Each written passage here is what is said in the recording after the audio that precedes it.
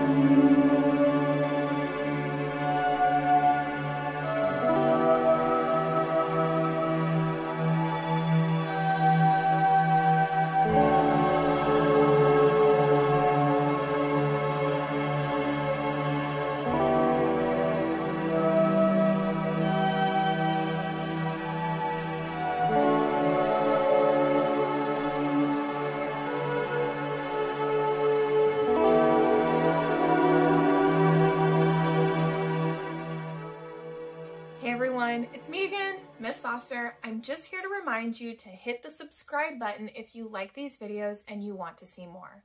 I also want to remind you that these videos are created in partnership with Painting Pandas, which is an awesome nonprofit organization here in Austin, Texas that provides free art instruction and free art supplies to any kid who needs them.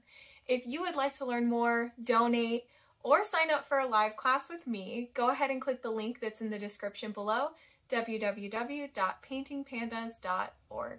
All right, I'll see you next time.